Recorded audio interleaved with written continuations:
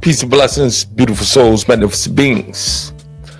Most politicians, both left and right, have engaged in the extortion of our taxpayers' dollars for their own personal gain. Allow us to examine Miss Elizabeth Warren.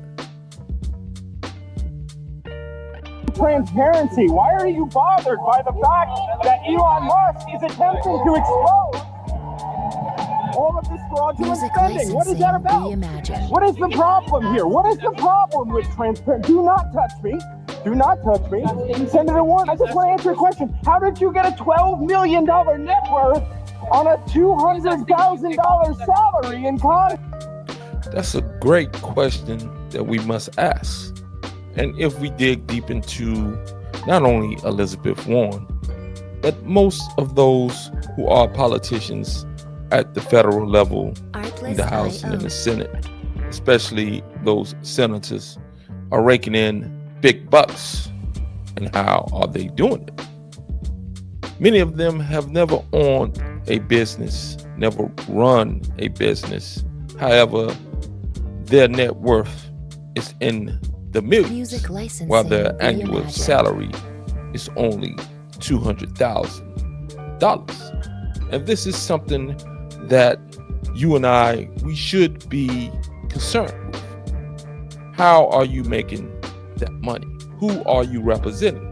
And this is both left and right politicians. We just happen to be focused in on Elizabeth Warren today because I came across this interesting video that is asking a pertinent question as to how you have become so wealthy, and playing as if she really cared about the American people when it came down to RFK's nomination. We're going to look at why that is. And that's really the bottom line, because we could talk about everything, every executive order, but there is a panic in DC at this moment where I now live, and it is very simple.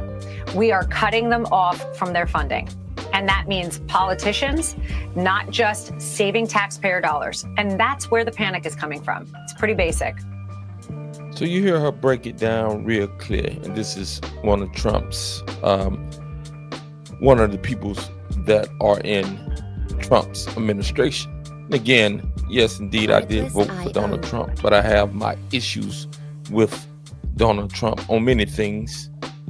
DEI to a certain extent, not that I'm for DEI, but I'm not 100% against the need to make sure that diversity, equity, and inclusion is a part of the American landscape, especially considering the history of America. I know many of you would like to act as if the history doesn't exist, but it does.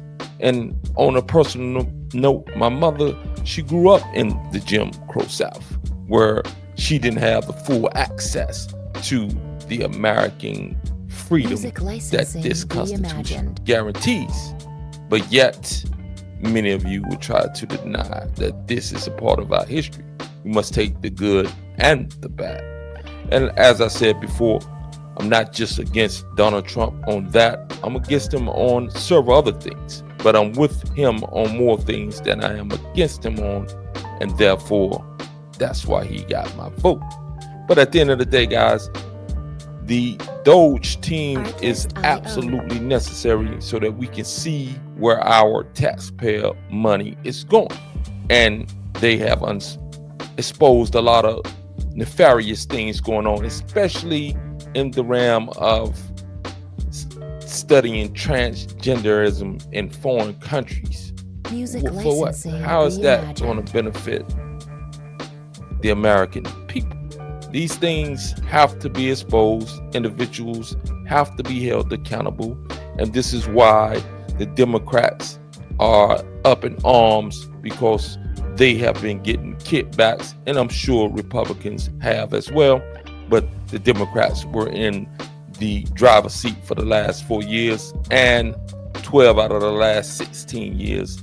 Therefore, the clearing out of the books and the exposing of what's going on with our taxpayer money, not only just the fraudulent spending, but the direct kickbacks that many of these individuals are guaranteed to have gotten, because there's no way that you can make $200,000 a year and be worth 12 million without having a significant business that is producing that type of money outside of your $200,000 salary.